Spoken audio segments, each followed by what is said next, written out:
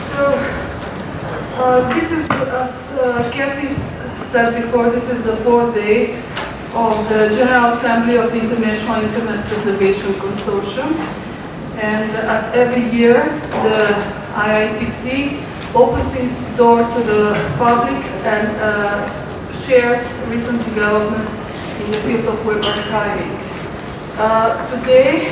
Today's day we have dedicated to scholarly access to web archives because the web archives are becoming an important scholarly resource, and we believe that its importance will increase in the following years.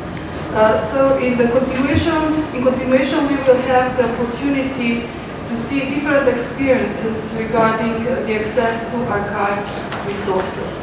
The first presentation will be given by my colleague Janko Presinc. He is a web archivist at the National University Library of Slovenia. Please, Janko, join us.